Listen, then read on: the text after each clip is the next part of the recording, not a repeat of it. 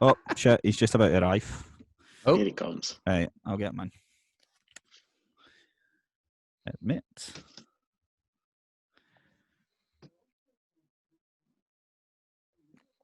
Hello. Hey, mate, how you doing? I'm good. Oh, I haven't started my video yet. Hold on. There we go. Hello. Ah, there Hello, you mate. are. We were all debating whether or not you would show up. We were about to phone some random person and just ask them all the questions. It's all too common an occurrence. Really? Okay. Well, no, I was in my schedule and I do what I'm told by press people. So here we are. God bless you, mate. God bless you, especially keeping a schedule during lockdown. I'm still clinging onto it for dear life. I don't know about you, but like it's sort of like remembering what day of the week it is and that kind of thing's been a bit of a challenge. Yeah, for the first 3 weeks it was nice. That was the period between Christmas and New Year. You kind of felt like, oh, there's no recognition of days, but now we kind of want to structure. Yeah. No, thank you for doing this, mate. Really appreciate it. And I will bounce into this. Is Danny and Shane. I'm James. I do a podcast called Drunk Therapy, and there'll be some stuff we roll into some mental health chat and then some random chat. So it kind of fluctuates rhythm wise. We could be 1 minute talking about some deep mental health stuff and then laughing about something a few seconds later. So just roll into it. Brilliant. Right, this guy's released 8 albums, played over 2,000 shows. He's only 38. He's got some cool as fuck tattoos that we've just spied there. And he's quite possibly the nicest man in music. You won't remember this, but he gave me a hug in a tour bus in Dunfermline about 10 years ago. And I've seen him numerous times all across Scotland. It's the one and only Frank Turner. How you doing, mate? I'm very well. I'm feeling quite flattered and puffed up by that introduction. It was very nice of you to say. If only people really knew what I was like. Yeah, Dunfermline. It's a nice part of the world. We were there at the end of last year again, actually. Yeah, you're probably one of the only artists that goes to smaller towns as well. A guy that can sell out big venues, but you go back and play small. I think it was PJ Malloy's you were playing, and it was an acoustic show. It was fantastic, man. I remember. I'm going to tell you that I remember our hug as well. You can make a decision about how truthful I'm being with that. But you definitely. It was the best hug I've ever had.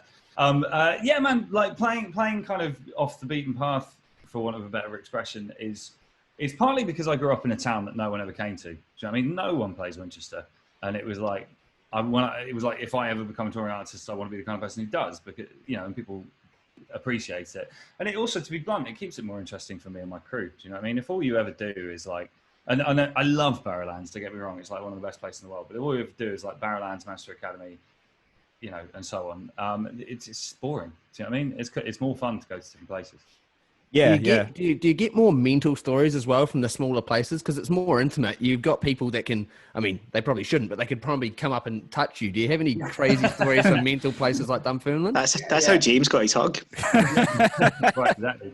Well, it's you do meet more people, and quite often I have my mornings to myself when I'm on tour and just sort of wandering out and finding a nice place for breakfast, and if there's a museum or something, if you've got the time wandering around, you get to see more of the world. Do you know what I mean? And that's a privilege, and one that I enjoy.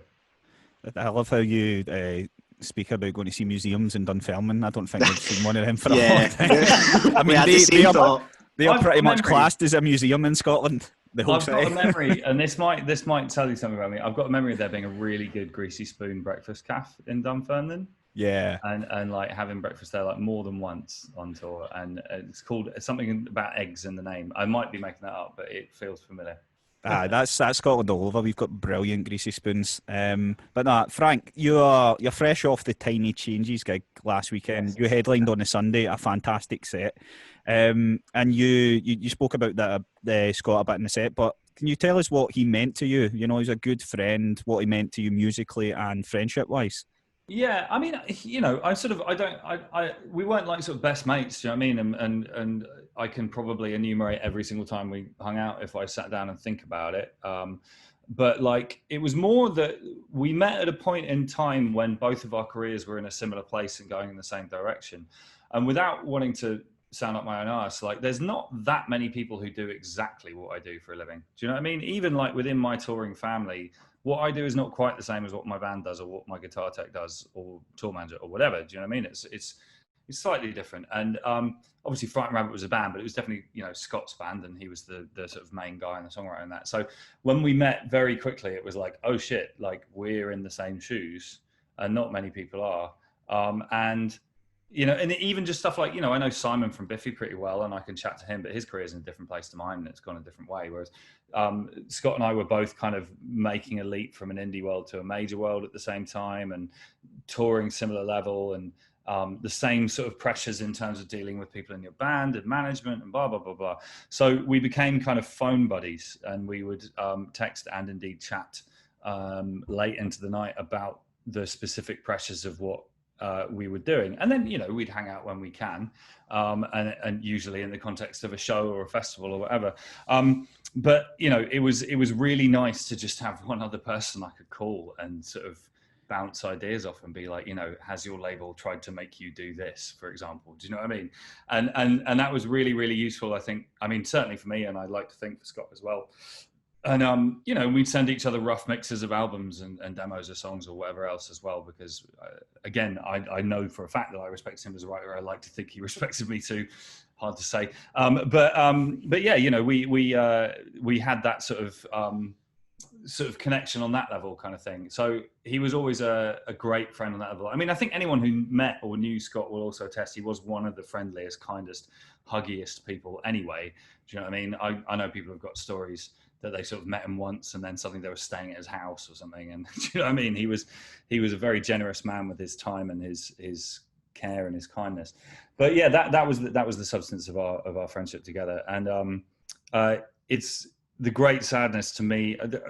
There's obviously everything that happened at the end is sad. But like we had been communicating about 10 days before the end, if you like, because the Master System record had come out and he'd sent me a copy and I was like, well, that was a few months before. And I sort of replied, I was like, this is fucking amazing. I actually think that's one of the best things he did, that Master System record.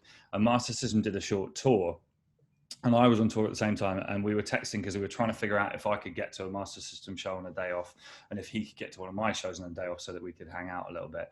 And in the end, it was really annoying because I was sort of up north of the UK while he was down south and vice versa. So it was like, well, another time kind of thing. And a few people who were closer to him than I have said this. One of the things that's so heartbreaking about it is he seemed to be in good, if not like unusually good spirits at that moment in time. Do you know what I mean? Within the context of his mental health, he seemed like he was in a great place, and that was really nice. And then what happened. And one of the and I won't ask you to, you know, go into the back and forth of these text conversations that you had, but one of the striking similarities between both of you is how raw and evocative your lyricism is when it comes to mental health.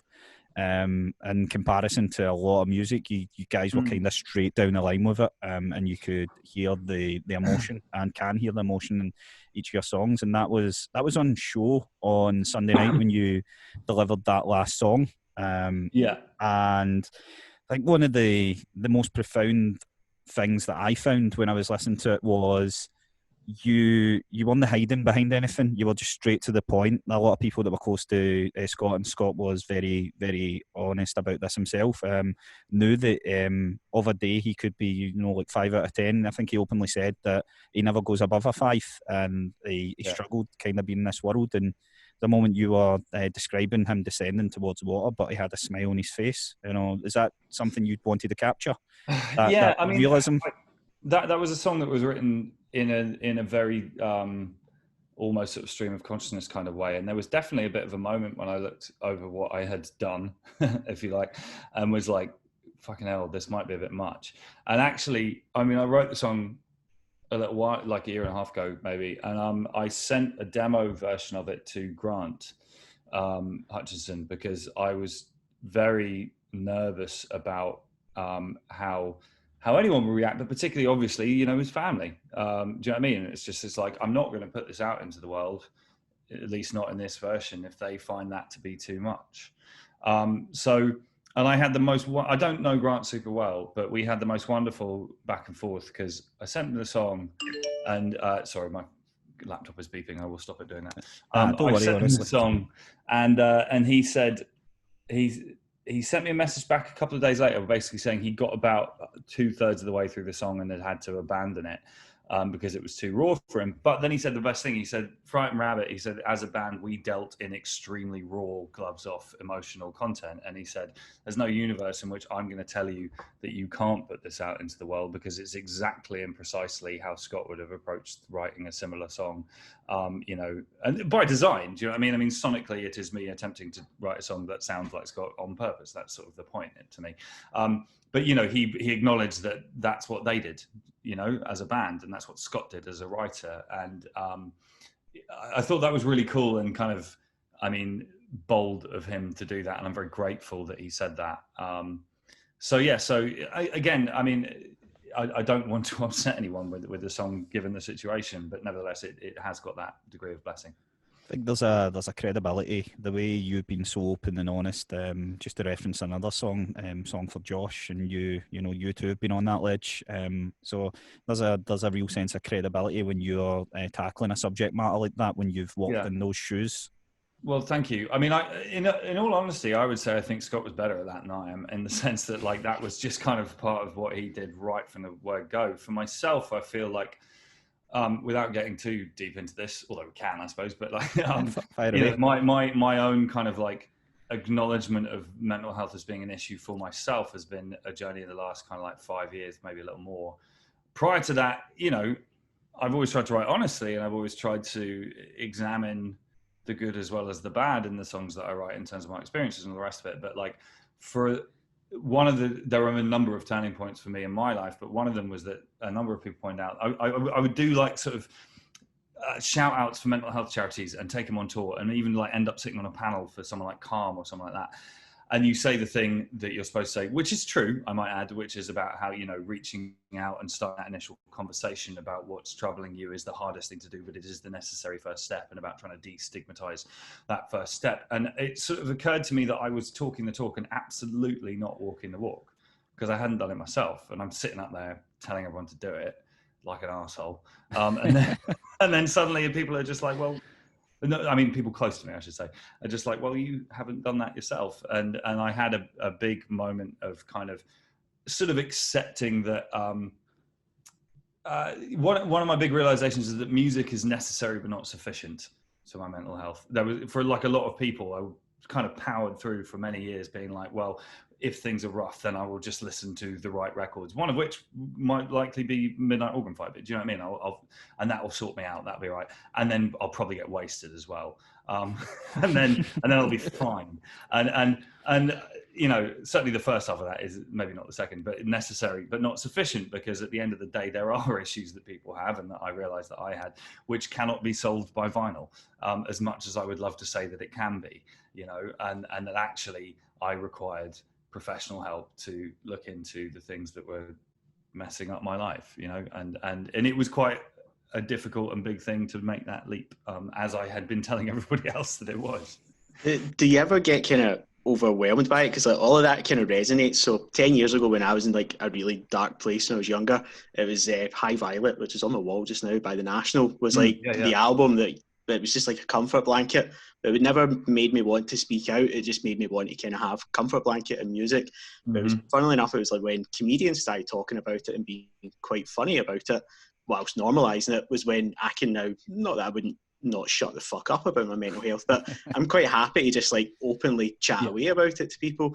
So you're starting to find like the more people discuss it or open up through different art forms, it normalizes it. And for you personally, when you kind of hear these stories, because a lot of people will come to you and give you feedback, does it ever get a bit too much, or do you just it certainly can, absolutely. I guess the one thing I would say is that like the process of like actually starting a journey towards therapy and that kind of thing was a big thing. But then for a while it was like, well, I'll do this, but I'm not going to talk about this in public in any kind of way, because I am somebody who has to kind of walk a fine line about privacy in my life quite often anyway. When I did actually then to make a decision to actually just talk about it quite openly, like going through a course of CBT and substance abuse and all this kind of thing, I actually found it weirdly empowering. It was kind of, it felt like, yeah, fucking hell, I can just talk about it. And that was cool. That's a monologue rather than a dialogue. You know, I have conversations with people after shows and that kind of thing. And sometimes people do say some very heavy stuff to me. And there are days when I'm not ready to hear it. And indeed, which sort of goes to my initial point. Like, there are definitely days when I have to sort of remind people, it's like, I'm a musician, not a therapist. Do you know what I mean? And like, you know, people will, because my email address is public domain or whatever, and people will send me pretty heavy emails, and I'm just kind of like, I feel terrible that you're going through this, but I am not the person who is going to talk you through this issue because I don't know how. Do you know what I mean? And my wife is actually training to be a psychotherapist at the moment, funnily enough. And, you know, it requires training, I guess, being my point. It's funny what you're saying about comedians and stuff like that, because one of the things for me, which I find interesting, is that like, I tend to be very cautious, if not actively skeptical, about the importance of musicians and what we do. I don't think it's actually that important. Part of the reason I think that is because the people who go around thinking that, who musicians go around saying that what they do is super important, tend to be teeth grindingly annoying people. Do you know what I mean? And it's just like, yeah, we're terribly important. It's like, oh, fuck off. Like, if you disappeared tomorrow, no one would care. And like, you know, what you're doing is not the same as being a doctor or a teacher, or do you know what I mean? Having said that, I had the fortune a couple of years ago of going to a talk that Stephen Fry, of all people, was doing, and he said a really interesting thing to me. Not to me, sorry, to the audience. Not trying to like, me, old mate Stephen Fry. Me and him. I'm speaking to Frank now. Yeah, right. But he sort of said he was talking about the way that like the arts collectively, you know, music, comedy, whatever it might be, can sort of lead a way towards normalizing issues and social change. And he used the example of gay rights and homosexuality and that kind of thing. And you know, he talked about how it was a huge deal when Elton John came out as gay, and about the fact that when he came out as gay, it was a big deal. And about over time, the fact of people in those kind of commanding heights of culture can change a conversation. And we reach a point now where, whilst obviously not perfect, I think the situation of gay rights in this country is much better than it was when I was a kid, certainly. I mean, fucking hell. And that's great. And it's not to say that the only people who made a difference were the lovies, do you know what I mean? But like, It certainly, it did make a difference. And that was that sort of gave me a bit of pause for thought, actually, and really sort of spurred me further down the line of trying to talk quite openly about mental health, because that is a way in which I can see that the platform that I inhabit in the world can make a small and perhaps significant difference. You know, so it sort of did make me chill out a bit more. There was definitely a time when I went around being like, nothing I do matters at all. Fuck off. Do you know what I mean? And like, I'm not saying that like I'm not now becoming one of those like I'm terribly important people, but like, you know, if I have a platform in life, which I do for better or worse, using it to talk about mental health seems like a useful use of my time. And in your music as well, just to maybe touch on it a wee bit more, the song Recovery, especially, you know, I'm a recovering gambling addict, and I drew a lot of strength on that song at the start, you know, even just the chorus singing it. And then I seen you live in, I think it was Liquid Rooms in Edinburgh, I'm not sure entirely what the venue was, a few years ago, and just singing that out in a room full of people gave me so much power inside me, you know, because I was in my first year of recovery then. Right, what were you experiencing and drawing from at the time of writing that? Well, there's a bit of an irony here, which is that I wrote that song whilst in my therapy days, basically, when I was still on the whole, like, I will sort this out through force of character alone and my record collection. And it is quite funny because a lot of people in recovery have spoken to me about that song and said what a difference it's made, and I was definitely not there yet when I wrote the song. Do you know what I mean? It was aspirational, but it definitely took a bit of time after that for me to actually sort it out. I mean, I had some pretty chronic substance abuse issues in my life that were ugly and unpleasant and deleterious to my happiness and possibly existence as well. And yeah, still doing the whole like I'll be fine kind of vibe around the time I wrote that song. But I guess the one thing I would say is that in writing the song, it is self-evident that there is at least an attempt or a recognition. You know what they say: the first step towards solving a problem is recognizing you have one. So I was at that point in the journey when that like a recovery vision board just up there in the form of music. Like I mean, in fairness to the me who wrote that song, it does sort of say it's a long road from here kind of thing. So it's not necessarily a song about like I'm fine, you know. It's more like that would be nice. But I hadn't yet got to the point of actually sort of triangulating what that would actually involve. The joys of music was it when James and I were talking about kind of conversation we're going to have this afternoon yesterday, and he was saying, "Oh, I'm going to ask about or talk about recovery," and I was going, "Oh, I've got a story for when I was at Glastonbury. I think it was 2015 Glastonbury, and you were first on the other stage. I want to say, yeah, we did the midday thing on the other stage, yeah. And I had an absolute cunt of a hangover, and I come down, and it was that way where I was like, I'm not getting out the tent, I'm not leaving the tent, and I kind of went down. And then that was the opening song, and within like 30 seconds to 45 seconds, you're just all of a sudden uplifted and going, yeah, it's a festival, it's amazing.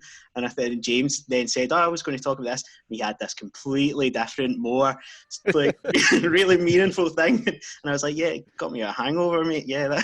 Oh, man, you know, I'll take it. It's all good. Do you know what I mean? It's all good. That was a funny old show, that one. I'm not going to name any names now because it would be rude, but there was a band on before us who were, am I even going to say this? Fuck it, I'll say it. I've started. They were so shit live that it really, I think that is one of the better gigs I've ever done in my life. And part of that was that I was so furious about how bad this band was and the fact that they were playing on a big stage at Glastonbury. And it was just like, why are you allowed to do this? Like, motherfucker. And it was like, but that's quite a good pump up before a show. It was like, I'm fucking show you.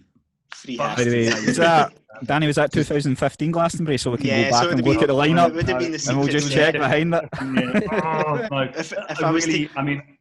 I don't want to talk anybody down. I really don't. But like, it just was just like, I'm going to demonstrate to you how to do a show now. I mean, they were a lot younger than me, and blah blah blah. And maybe they had your levels of hangover, Danny, and they just couldn't cope. You should have sang recovery to them, Frank, before they went on stage. That is an important point, is that I think and this is a thing I have to tell myself all the time, it is a mistake to judge a band or indeed a person or anything else by one encounter with them, because everyone has good days and bad days and all the rest of it, and maybe that was them on a bad day, and I shouldn't be an asshole about it. That's true, mate, that's true. I'm even further down the spectrum, because I heard it for the first time going for a run this morning, because I'm from New Zealand, you might have heard, and by the way, good song. But vowel sounds, man. It's the vowel sounds. For some reason, I don't know. Like, I'd never heard of you until I got to Scotland, and then everyone was talking about you. And for some reason, in my head, I honestly got confused between you and Frank Ocean, because I was like, since Frank Sinatra, there's not a lot of Franks kicking around making good music. So I was like, a successful Frank. But I did a wee bit of Googling. So you went to Eton? I did. I was sent there on a scholarship when I was a kid. My parents are the kind of people who would like to have a child who went to Eton. Yeah. Is a polite way of saying what I'm saying. But not necessarily the kind of people who could afford to send a child to Eton. So they found out that there was a scholarship exam thing that you can do, in which case you go for free. And I took it. And in all honesty, my memory of it, and my parents might dispute this, but my memory of it is that I wasn't really entirely clear what was going on. It was like, go and do these exams. And I went, okay. And then got a scholarship and was like, cool. And then sort of like, was like, I seem to be going to a different school to all of my friends from secondary school. What's up with that? And then I do remember that I have a memory of, I feel like no one really explained boarding to me, because like I sort of got dropped off, and then my parents left and I went, when are they coming back? And everyone was like, oh, in about a month. And I was like, and I'm staying here in the interim, kind of thing. Do you know what I mean? It was like, it was definitely, and perhaps I should have been more savvy than that, but like, yeah, it was a weird experience, and not one that I enjoyed enormously, to be blunt. Again, I'm being polite, but like, I didn't like the social wrench of going there. I didn't really like many of the people I went to school with, and there's a definite political culture there, shall we say, that is not to my taste. And indeed, that's a big part of the reason why punk rock was such a huge part of my adolescence, is that I arrived at this place that was, if I may swear, full of cunts, and then I heard The Clash and Black Flag, and I went, oh, okay, well, here's a squaring of the circle, however you want to put it, and I think counterfactual history is kind of boring, but like, I wonder if I would have cared as much about punk rock if I'd not been in this very alienated place as a 12-year-old. So you couldn't have one without the other, really? I mean, I maybe, I like punk rock for the music as well as for the attitude, but I think that it landed much harder with me because of what was going on. So, like, because I knew someone that went to Eton. He played in my rugby team down south. Yeah, absolute cunt. I hope he doesn't listen. And when I heard your music and I went and found out you went to Eton, I was like, that to me, that blew my mind, because I was like, this guy sounds like, just through your lyrics, sound as fuck. How do your parents? I mean, so they were gone. We want a boy that goes to Eton. You got into Eton, and now you're a very good musician. But you're a musician. How do they feel about it? Well, how did you go from one to the other? My dad and I are pretty much completely estranged, and my parents aren't separated these days. My mum, the thing is, right, I love my mum to pieces, and she's a smart and kind woman, but like, she was like horrified by the culture that I got into when I was a kid. I think she was under the impression that gigs in general, and especially punk gigs, probably involve bikers injecting each other with drugs whilst having sex in a dark room. Do you know what I mean? My mum's quite small C conservative, and I pretty much stopped going home when I was about 16, because I figured out that there were squats I could stay in London and this kind of thing. So in between term times and stuff, I'd just fuck off. And she was horrified by that. And my dad kicked me out of the house at one point, and it was not peaceful, should we say, for a long time, I think. And then I was in this band Million Dead after school, that and we toured and everything. And then that ended when I was about 23, and I think my mum was like, "Cool, that phase is done now." And I went, "I'm going to be a solo artist." And my mum went, "What the fuck?" Not least because Million Dead, at the end we were playing to a couple of, maybe 600 people at a show, and then I went to playing to like 2 people at a show when I started doing solo stuff, and my mum was like, what is he doing? Obviously over time, I remember like inviting my mum down to Brixton Academy when we were headlining there, and she was like, at the very least, like she started realizing that I wasn't like playing covers in the back of a pub kind of vibe. You know what I mean? Yeah. And there's that question every musician in the entire universe gets this, and it is teeth. Oh, it's the most annoying thing ever. Is at Christmas somebody says, and it's the word "your" in the sentence, which is the killer. They go, are you still doing your music? And it's just like, oh, I'm gonna. But anyway, I think that I've been doing it long enough now, and at a level now that most of my family have kind of accepted what I do. But I mean, my mum hates my tattoos, and she doesn't like the fact that I do actually have friends who are bikers. I mean, they don't tend to like take drugs and have sex during a gig, as far as I'm aware. But I definitely inhabit a very, very different social universe from my parents and what they expected me to inhabit. I do quite like the idea of that. Like at 23, when you leave a band and you're still like, right, there's still time. You can be home secretary by the end of the year.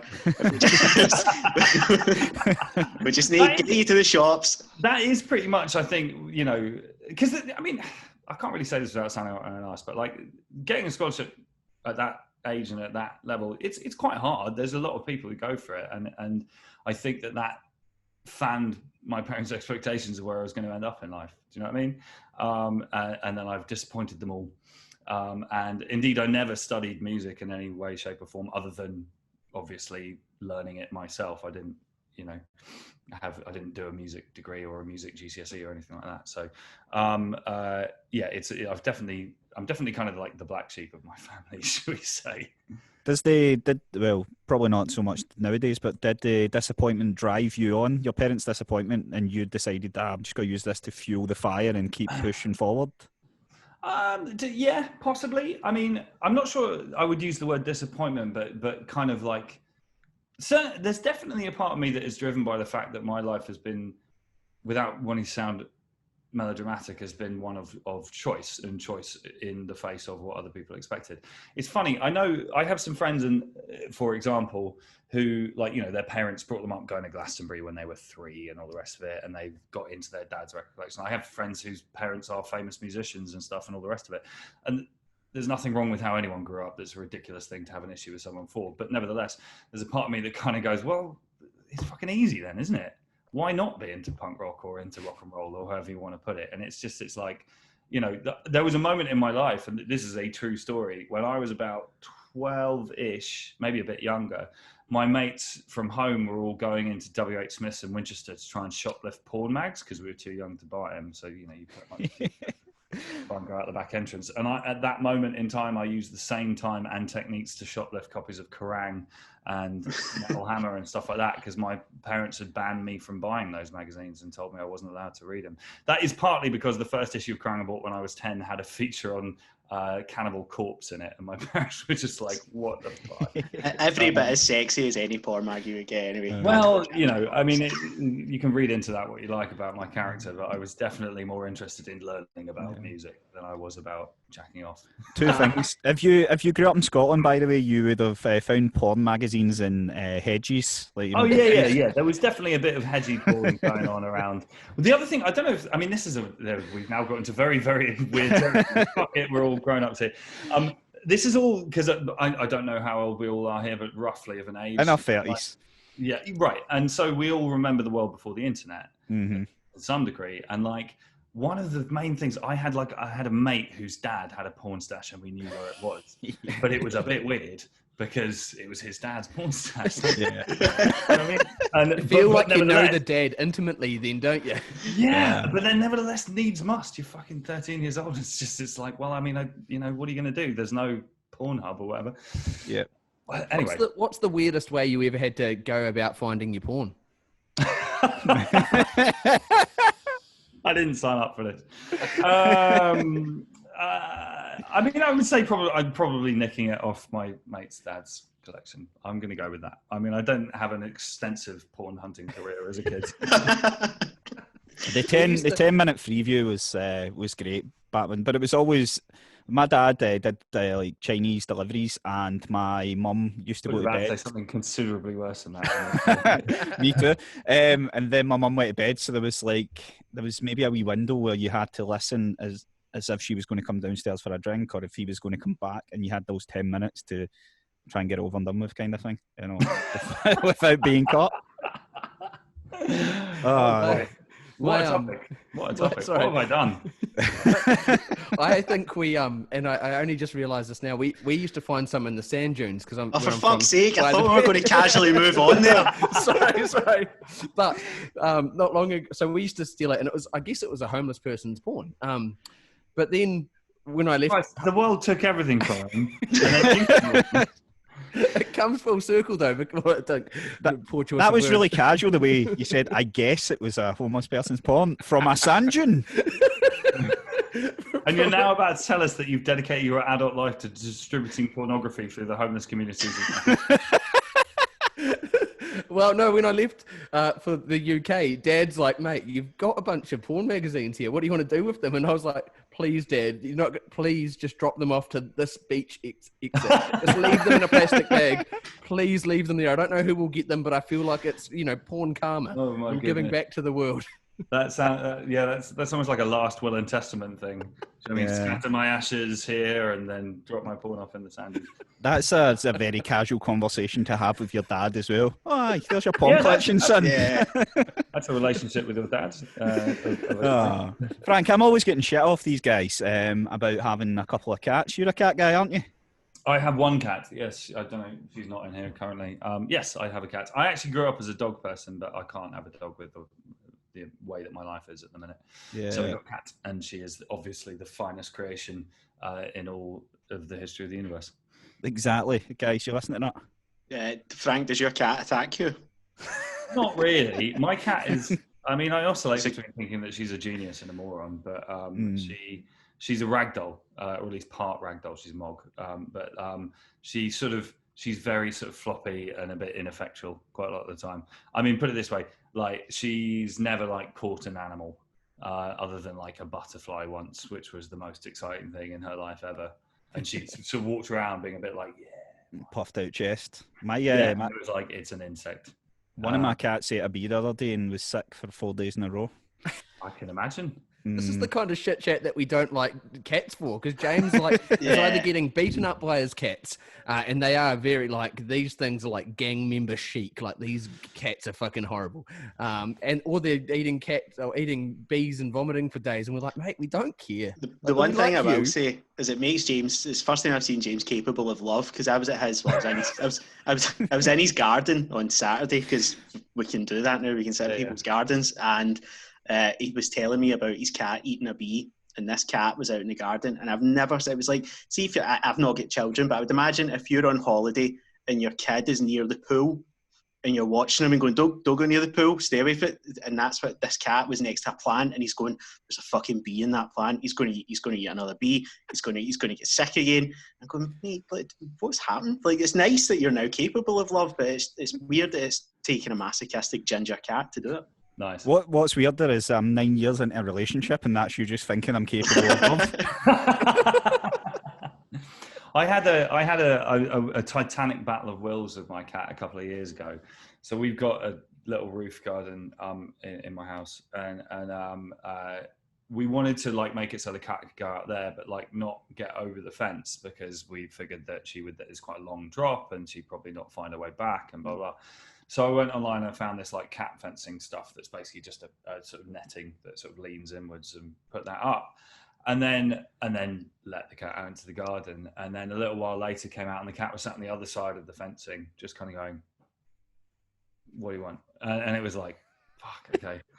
So I went around and, it was like being a sort of like prison commandant. I was like checking all the fencing and for cat-shaped bits where she could get out, and like put staples in places and zip ties and shit.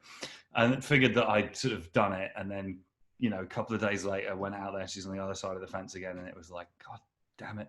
And this went on for about 2 months of like, and the thing is, she knows she's not supposed to do it. So like, if I'm standing in the garden trying to watch where she's getting out, she's like, don't know what you're talking about, mate. Just sit in the middle of the ground going like, I live here, I just hang out here. And then you go away for 2 minutes and she's on the other side of the fence. So this went, and it's now secure. The perimeter is secure. I think that largely, what I was going to say there was, they are arseholes, aren't they? They know they're arseholes, they know how to be arseholes, but then they expect the world of you.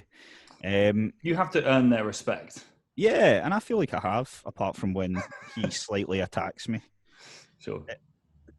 Frank, what I really enjoyed, you posted something out last year, and that kind of touches on what Danny says, me capable of love. I think that's because I'm institutionally against like marriage and all that and convention. And when you posted your wedding photo last year, and it'd be nice for you to talk a wee bit about your marriage, because you seem to me like the guy that would never really be tied down to convention. Well. But you posted up a picture and you were wearing a flowery shirt underneath just like a suit jacket, and I was like, that's, if I ever get married, that's the sort of suit I would wear, Oh man, that was funny. Like we got like, we decided we weren't going to, we'll get into this. We decided we weren't going to have like a dress code for any part of the wedding other than like, smart-ish kind of thing.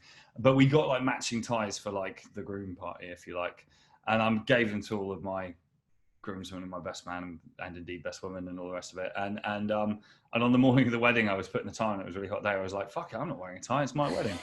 And so showed up, and everyone else was like, why aren't you wearing a fucking tie? And it was like, because I'm getting married.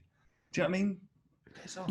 Anyway, but like, so it's interesting. Like, I think I definitely did sort of see myself as the not tie downable sort. And I definitely, there's an argument to be made that I arranged my life in a way that was specifically low on responsibility, which I think, if you choose to do that and you do it successfully, then you can kind of do whatever the fuck you want, if you make that conscious decision. And then, but I mean, since I met my partner, things changed, and we ended up here. I think one of the things I realized is like this, to me, there's something quite odd about people like when you're younger who are like, oh, I want to get married one day. Yeah, and they're like, fucking weirdos, man. Who to? Do you know what I mean? It's like, surely that's an important part of the equation. Do you know what I mean? You can't just be like, oh, we get married like to this pot plant or, some dude called Steve I met outside. Do you know what I mean? You've got to have somebody specifically in mind, surely. Mate,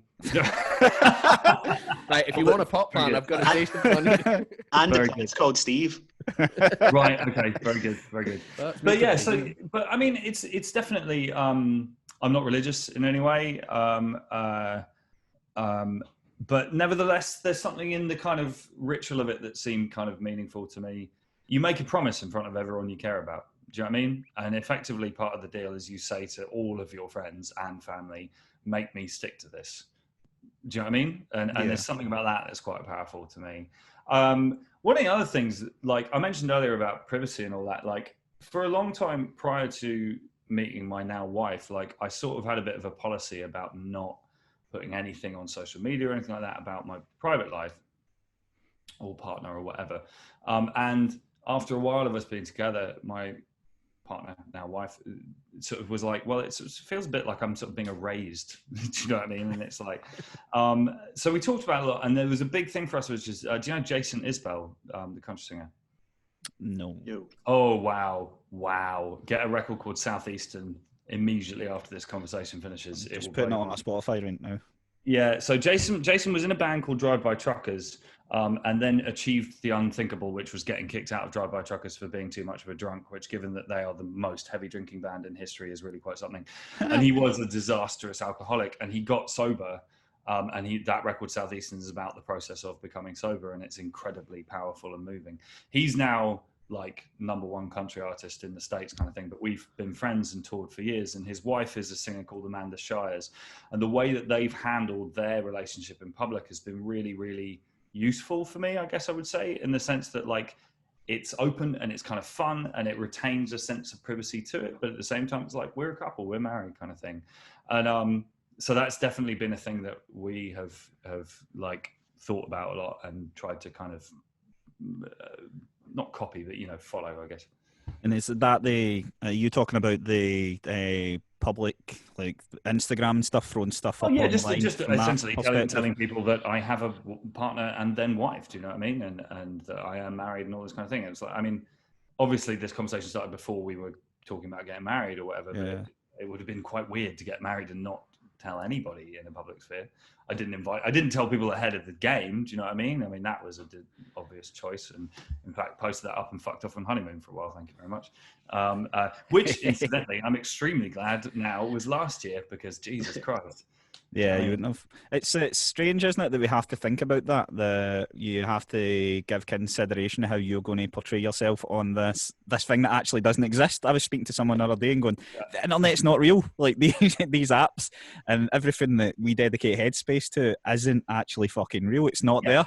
Absolutely. Circling back around now, talking about mental health, social media has been disastrous for my mental health at certain points in my life, and I think it is, on balance, a tedious and awful pit of hell.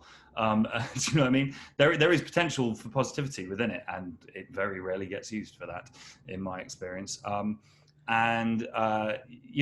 had times in my life where I've been in sort of Twitter hate storms, or however you want to put it, and all the rest of it. And the best thing that you can do is put your phone down and walk down the street, because none of the people you walk past are even aware that any of that shit is happening, because it's happening in an ether and Neverland. It's just, it doesn't fucking matter. Do you know what I mean? And like, I think the best advice I can give to anybody is spend less time on social media, particularly Twitter, which is the worst. But like, the thing to realize about Twitter is the currency of Twitter is not information or truth. And you're an idiot if you think it is. The currency of Twitter is attention. And on that level, it has the politics of the fucking high school cafeteria seating system. Do you know what I mean? Who gets to sit with the cool kids? Who's in fashion? And if you want to dedicate your life to that, then you have the mentality of a fucking cheerleader. Do you know what I mean? Like, fuck off. Like, leave it alone. Get rid of it out of your life. It doesn't matter if you get likes and retweets and followers. Yeah. Grow the fuck up. When we're at a stage now, especially with Twitter, where people are arguing with like code and robots, then that's because it's true. There's tens. I know. I do think we've kind of passed peak Twitter, which I'm very pleased to say, in the sense that 5 years ago, if I was in the middle of some people giving me shit about something on Twitter, people would be like, oh, really? What's that about? Nowadays, if that happens, which it does every now and again because I exist, if you tell people are like, of course you are, who gives a fuck? Do you know what I mean? I really feel like people have kind of got Twitter's number a bit more now, and they're just kind of like, it's full of screeching idiots. Like, why would I pay attention?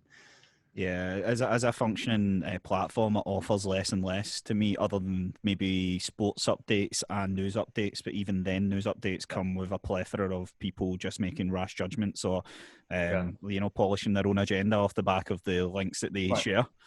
I think one of the bad things about Twitter in particular and social media in general is it gives everybody the need to have an opinion.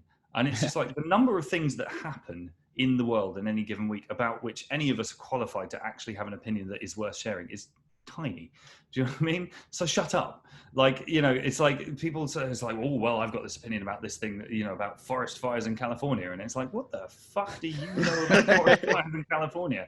I know you. You don't know anything about it. You know, and I try and stick to that. I will comment on social media about things like the live music industry because I know a fair amount about the live music industry. But beyond that, you know, and obviously, there is a degree to which politics is about the sharing of opinion and all the rest of it, but it's just this instant expertise thing. And you just want to say to people, it is okay to not have a pre-existing opinion about this thing that has happened. And indeed to then read about it and possibly form an opinion or even, God damn it, change your mind. That's a thing. Changing your mind is good. Changing your mind is how it is supposed to work.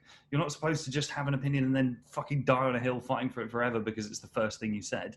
You know, like, I think there's nobility in reading more and then going, oh, I was wrong about that in the past. But we live in a world in which people get fucking crucified for doing that. And I think that's really dangerous, personally. It's a kangaroo court, and the immediate pressure, the great things about the Black Lives Matter protest and the subsequent education of people was that personally it made me up my game in reading some information on what was happening over in America, and then consuming more. I'm a big podcaster, consuming more podcasts created by Black people to get a further understanding. But the negative that came off the back of that for me was the instantaneous rush for everyone to share that information, when it was quite clear that anyone that was proliferating this information wasn't taking the time to consume it themselves, get an understanding of where they sit for it. And I think, that touching on what you said there, it's good that people just sit back, reflect and read and learn, and then formulate their opinion and bring that forth in due course, rather than just throwing it all out there and trying to create this facade that they're now in the know. Well, yeah, the Black Lives Matter thing is a good example of this. You know, I've had a couple of people. I put up a post saying that I broadly support this movement, and that's all that you need to hear from me about this because I'm fucking white.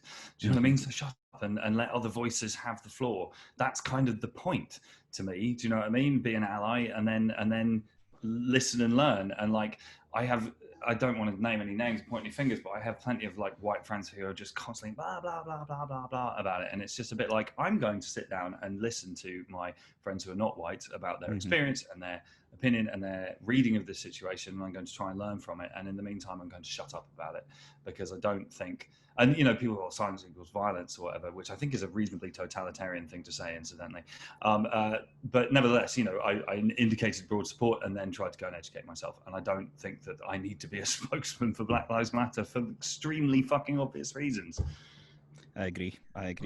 I'm going to throw some fan questions in. You obviously got a big fan base, Frank. So I threw it into a Facebook group that exists for you, and this is one from Harry Mansfield. Then this is good. What inspired you to be accessible by email? Not many artists I know give out their email and make an effort to respond to almost everything. So it's amazing. It's very there is a philosophical point to this which we will get to, but when I was a kid and getting into punk rock and that kind of thing, I briefly did a zine about which I will say no more because it was the worst thing in the history of publishing and no one should know more about it. Nevertheless, I emailed Guy Picciotto from Fugazi somewhere, and this is like early doors internet. This would have been like 96, 97, but I found an email address for Fugazi, sent a bunch of questions, and he sent me a very effusive and long form reply to my questions for my zine. Similarly, I emailed Henry Rollins when I was about the same age, about 13, 14 years old, and Rollins wrote back. And indeed I wrote a letter to Chris Hanna from Propagandhi, who remain one of my all-time favorite bands, and he wrote back. And I'm still telling those three stories 24 years later. Do you know what I mean? And like, they had enormous impact on me. So, you know, just the simple fact of the balance between effort on my part and impact, it seems like it would be extremely kind of tight-fisted of me not to respond to these things, or churlish, however you want to put it. But also, there is something philosophical in it. One of the things that attracted me to punk rock right from the word go was the iconoclasm of it and the egalitarianism of it. When I went to my first ever hardcore punk show, which was in December 1997, I happen to remember, the first band finished, and it was at the Hybrid Garage, which I'd been to before. The first band finished, and they just got off the stage. and got into the crowd, and the next band got out of the crowd and onto the stage. And it was this really visible demonstration of the fact that, as I see it, punk rock, you pay attention when it's someone's go to be on stage, but after that, go fuck yourself. We're all here together. We're part of a community, and it is a conversation between equals. And I've never been interested in that vision of rock and roll, which is about limousines and helicopters and, you know, musicians as this kind of different caste of beings who are not the same. To be honest, I really don't like the word fans because it smells of Marie Antoinette to me. Do you know what I mean? Oh, the fans. It's like, fuck off, man. Do you know what I mean? It's just such a bullshit way of referring to people. So you know, and indeed, super early doors in my solo career, I didn't have a manager or a booking agent or anything. I just had an email address. So people contacted me and offered me shows and said hi and offered me places to sleep or whatever it might be. And interestingly, as my career has gone on, at every point where it's kind of gone up a notch or whatever, somebody somewhere, you know, management label, whatever, kind of goes, well, probably time to knock that whole email address thing on the head, isn't it? And I go, no, it fucking isn't, actually. And I do spend a fair amount of my day answering emails, but at the same time, I learn from it and I make connections with people, and 93% of the emails that I get are lovely. So, you know, it seems worth my while, personally. Do you still get people asking if you want to crash at your house? Because I've got a spare room next time you're in Glasgow. I can email this. I can make it formal. Very generous. At the risk of outing myself as one of these helicopter and limousine dickheads, I do tend to get hotel rooms on days off these days. And Boo. Must be nice. I know. Don't tell the punks. The real reason that Shane was saying that is because he's about to stick his room on Airbnb, so he's trying to make a few pounds off it. Yeah, I was going to say, if you could take a picture like in front of the room and just like sing a song about my house and my specific address, that would be great. Yes. What a lovely room that Shane has. Yeah. Aaron Gorba asks how much it would take for you to play his wedding. You know, with the deepest respect, and indeed, of course, congratulations to Aaron. That's the first thing to say. With the deepest respect, weddings are not my thing for playing. I have done one or two in the past, and it becomes very socially awkward because, generally speaking, this is the following breakdown of people at the wedding. There are two people at the front, one of whom is extremely excited that you're there, and one of whom is sort of happy but a little confused. And then of their immediate friends, the breakdown's kind of similar. Some of them are very stoked that you're there. Some of them are just sort of like, this is cool. And then there's everyone else who hasn't got a fucking clue who you are and they don't give a shit. And you're just essentially gate crashing somebody else's extremely private family and friends affair and sort of hanging out.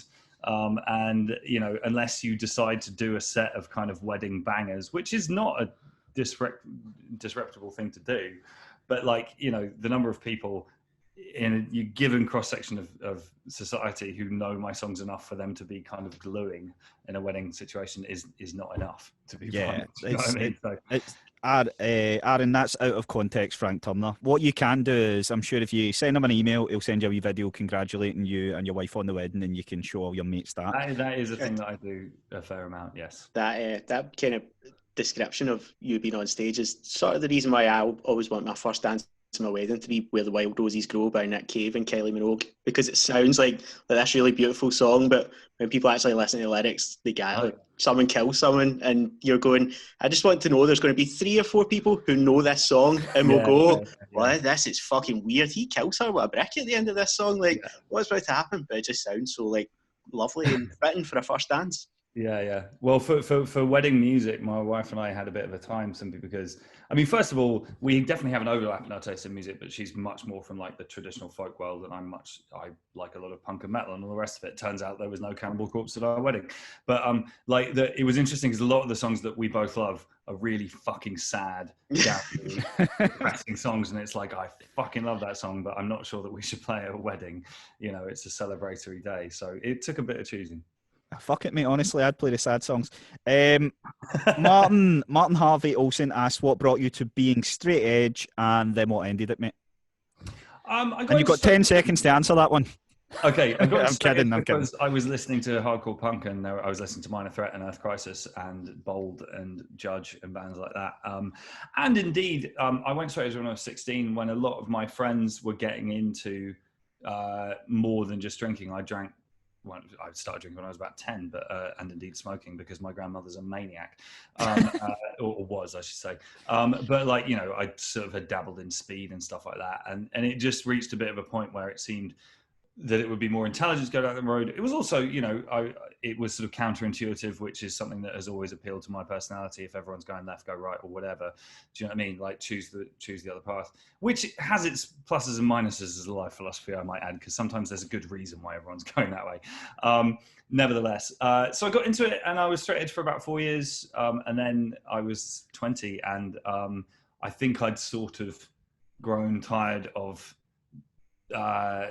being the odd one out and being the self-righteous one and all the rest of it. And then I went through a miserable breakup when I was about 20, and I smoked a spliff on a roof, and that was the end of straight edge for me. That sounds like a beautiful place to smoke a spliff, though. I nearly fell off. It was, and I can tell you exactly where it was. It was the roof of the Odeon Cinema in Camden Town. Is that easily accessible? Because I don't know. It was from a flat that some friends of mine were squatting at the time. Nice. What was squatting like? Generally a bit shit. Yeah. Do you know what I mean? There's a reason why people like living in actual houses. One of the problems, I mean, I was never like deep in the squatting world. I used to hang out with a lot of people who were, and indeed stay around, like sleeping in the corners kind of thing, but I wasn't like a resident squatter particularly. But one of the things about squatting world, certainly when I was more involved in it in sort of around 2000 or so, is that there is a rule of squatting, which is that after a certain amount of time, the Italian punks with a dog with 3 legs show up who start cooking ketamine on your kitchen cooker, and then a little while later the neo-Nazis show up, and then everything gets horrible. So your ability to kind of like be discerning about who is part of your scene when you're a squatter is quite low because you're in a fucking squat.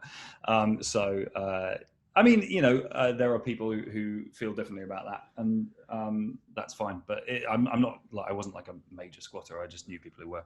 Yeah, I did. The second half of that doesn't sound nice at all, does it? There's a very easy Eton joke in boarding school at Eton and neo-Nazis turning up, but we'll not go there. We'll just gloss over that. Next fan question. Tiddler, real name, wants to know, now that you performed all your albums again during lockdown, are there any songs that you'll add back into your live set when you go back on the road that you went, this is good, playing this again? Yeah, probably. I mean, it's a slightly academic question at the minute because no one has any idea when actual gigs are going to start again. So, it's slightly by the by. But it's been really good to play because I've been doing these weekly lockdown shows and I've played everything basically. And there's stuff like, I mean, I have an album called Take Deck Heart that was actually the one with Recovery on, I've long had quite mixed feelings about because it was my 5th record. It was the most produced record that I ever made. But it was also the biggest record I've ever made. And all of that has at times in my life made me quite uncomfortable about it, in the same way that I think, not that I'm comparing myself to him for a second, but, Nirvana were a bit uncomfortable about Nevermind after it became what it became. So I've been a bit about that record for a long time. And particularly like the back end of it, I haven't played many of those songs for a long time. And in playing through it, I was like, oh, these are pretty good songs. You know what I mean? There's a reason I wrote them and put them out.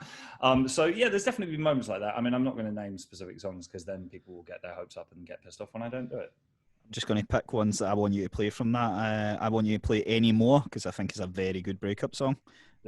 Good and Gone. Oh man! So Any More. Let me tell you a quick story about that. That fucking got me in trouble. So the whole of Tape Deck Heart, not the whole of.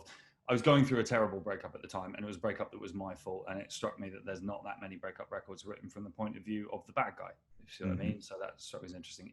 I also incidentally learned later that is exactly what Midnight Organ Fight is.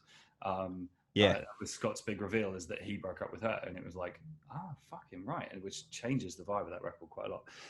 Anyway, so it's about a breakup, and indeed quite a lot of the record is about what a complete fucking moron I was for the mistakes that I made. In fact, I would say that is the central theme of it. But I wrote that song, which is I was unsure about because it's an unkind song. It's kind of mean, but it felt like a necessary part of the narrative, if you like, of the narrative arc of the whole record. Anyway, wrote the song, happened to play it at a show somewhere before the album was released. Somebody videoed it. Somebody saw that on YouTube and sent it to my recent ex before she'd heard any of the rest of the album. Oh no! Just heard that one, and completely rationally and reasonably, she was fucking broken up about it and furious with me and so pissed off about it. And I was like, about half the rest of the record's about how I think we should get back together. And she was like, fuck you.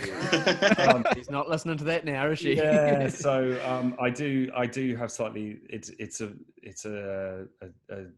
an edgy song for me, should we say? It's a brilliant song. I know I keep going back to it, but it's the storytelling element in it where you're just in front of them, and that line, the single saddest thing. I'm just like, that's a real line, man. That's a real feeling. Frankie, you're starting to see why I thought this guy was never capable of love about half an hour ago. Yeah. Danny, we'll wrap up soon, but you wanted to ask about CM Punk because you're a massive fan. Yeah, well, you've got two wrestling geeks here, so it would be folly. I couldn't not ask you about how it feels to spear and elbow drop CM Punk for a music video. Terrifying is the So I was into kind of 90s WWF when I was younger, and have not paid massive attention to it since. Ben Morse, who's my general kind of photos and video guy, is a big wrestling guy. And he came up with the idea for the video. And in fact, a lot of the original inspiration came from the fact that Daniel Bryan wears my T-shirts a fair bit and talks about me on social media here and there and is a fan, I guess, comes to shows. And Ben was like, we should fucking get Daniel Bryan in the video. That'd be amazing. Then he broke his neck. And it was like, probably not now. But then it turns out, so CM Punk, or as his mum calls him, Phil, he's friends with a guy called Ryan, who's the singer in a band called Off With Their Heads, who are touring friends of mine. So we got in touch with Phil through Ryan, and he was amazing. It really helped that was just at the moment that he'd left. I'm going to try and get this right. He'd left wrestling to go to UFC, yeah. UFC. I was going to say fighting, but yeah, it's a die fighting. And so he wasn't in contract to one of the corporations or whatever. So I sent him an email and he was like, "Cool, sounds good." And we were like, "Fucking wow, really?" And he said, we'd have to shoot it in Chicago because I'm in training, but I can take a day. So we went down and I had a wrestling training day in London with a British wrestler guy, Ed, somebody or other, whose name I can't remember. Anyway, and that was all terrifying. He taught me how to fall and how to bounce off ropes and stuff. I'm like the least sporting person who has ever walked this earth. So this was all quite novel for me, should we say. And then, got in the ring. And I mean, Phil was great in terms of being gentle and helpful and not scaring, not deliberately scaring the fuck out of me, but he did scare the fuck out of me because he's a very physically intimidating man. And it definitely taught me that people say wrestling's fake. It's not fake. It's choreographed to a degree, but it's an extreme physical activity nonetheless. And the two bits I always think of, there was one bit where, because he was sort of choreographing it with Ben and suggesting moves and stuff. And there was one bit where Phil said, "What about a running knee strike to the face?" And Ben said, "That sounds good." And I was like, "That doesn't sound good at all. It sounds awful." They sort of set me up. I was against the buckle. And he was like, "Right, I'm going to run at you." He said, "Stay very, very still or else you'll get hurt." And I was like, "Okay." In this buckle, and this fucking enormous dude just ran at me, jumped on the thing, and sort of went smack, and there was a smacking noise from somewhere that wasn't from me, and I was like, "Oh my fucking god!" But then we rehearsed it a few times. That was good. And then the spear bit at the end, because obviously the conclusion of the video is that I win, which is ridiculous, but still I won. But it was funny because we set up the shot, and it was like, right, you just have to do a spear, and then you basically just go for someone's waist. So I went for it, and it was cut, and both Ben and Phil were like, "Yeah, dude, you've got to do more than that. You've got to give it some welly. You've got to sell it." You know what I mean? And I did it a few more times, and Phil stopped me, and he was like, "I promise you can't hurt me." Do you know what I mean? He was like, "Nothing that you can do to me is going to damage me in any way at all. Stop holding back because you think you're going to hurt me." And I was like, "I think I'm going to hurt myself more than you." But anyway, and in the end, we got one that was kind of usable, but I'm not meant to be a wrestler. I would have taken that as a challenge and went, right, you think I can't hurt you? I'm going to hurt you, motherfucker. I mean, like I say, you are also going to be hurt by slamming your body into another person, particularly if that person is made out of muscle and bone in such a way that they're terrifying. Do you know what I mean? It's a bit I quite like my shoulder. That's why they sneakily use chairs a lot in wrestling. Because it's just to save themselves. yeah, totally. But I mean, it's a world that I definitely came out of that video shoot with more respect for it and how it works. Definitely. Frank, listen, it's been an absolute pleasure to have you on. Am I reading this right? You over 2,500 shows now or is it just over I'm 2,000? a couple of shows away from 2,500, and there is news. Ooh, like that. And what's the? Is it just go until you drop, or if you got I want to get to 10,000, then I might take a year off? I mean, 10,000 would take a while. This is a whole other topic of conversation that I won't get deep into because we've got to wrap up. But like, you know, no, fire away. We've got. Well, there was a moment in my life when I was definitely like engaged in a touring arms race to be the hardest touring motherfucker in history, kind of thing. And then I realized that it was killing me and that nobody else was taking part in this race, which matters. And indeed, that I'll never beat the old bluesmen like B.B. King and Muddy Waters and people like that. They played more shows than anyone. 3 shows a day, 364 days a year for 40 years. Do you know what I mean? Like, yeah. But anyway, so I have now reached a more healthy place with it, which is that I do it because I like it, not because I have to beat some arbitrary benchmark. So we've slowed down a bit, but I do still love it. But obviously, I can't tour right now. But you're counting the home shows. That's yeah. I decided. I mean, right at the beginning, I was like, "Am I counting these?" And now it's like, "Yeah, I'm fucking counting these." Do you know what I mean? It's like there's enough of them. We're counting the home podcast as well. But nah, mate. I love going to see you live. I just think the good thing about seeing you live is not it's not just the fact that you put on a hell of a show. It's the community that's there. I get to see a lot of friends that I don't see often, and it's always at your shows. And then they just let loose. I'm heading into my 30s now, and I feel like it's one of the heading into my 30s, heading into my mid 30s, and it's one of the shows where I can just go wild because the crowd age range is from 20 to like 50, and everybody's just going for it, and that's what I really like. So long may it continue. Really appreciate it, guys. You got anything else to add before we go? We bit of AOB. We ask this to everyone, Frank. It's not as weird as the porn question, don't worry. If you were to murder someone and get away with it, how would you do it? And extra points if you tell us who it is, because that'll definitely get us some headlines. Well, I have an answer to the first part, which we'll get to. But like, I'm pleased to say that there's nobody that I would want to murder in this world. There are people who I wish had less power and influence than they do, and all the rest of it. But certainly nobody I know is on that list for me. You know what I mean? And I would be unhappy if that wasn't the case, I guess, demonstrably. I've been on a cruise ship a couple of times with the Flog and Molly cruise, right? And there's quite a lot of time when you're sailing at night through international waters and there are fuck all CCTV cameras around the place. You could just push someone over the edge. No one would ever know. That's a good answer, isn't it? That was the most concise answer we've ever heard. Normally they're long-winded and you know someone's got to have a hair transplant and you've got to wear size 12 shoes, but that's good. I like that. A certain member of my band or crew, who shall remain nameless, spent quite a long time kind of checking the angles when we were on the boat. And I was just like, Jesus Christ, dude. Checking the maps, going, right, this is the exact point in international waters where no one can be convicted. Yeah, right, exactly. Danny, anything more? No, just it's been an absolute pleasure. It genuinely has been a delight. Thank you for having me. This has been a lot of fun. Thanks for enduring porn chat. Some people are into that. And the weird thing is that I kind of want to. This would be a really inappropriate point to say everyone should go and check out your gig on Tiny Changes, and it's just raised like the whole festival over the weekend raised about 15 grand, and there's sets from loads of amazing bands out there. So go and check that out. Yeah, and check out the live streams that Frank is doing as well, and tune in for that 2,500 announcement that's coming.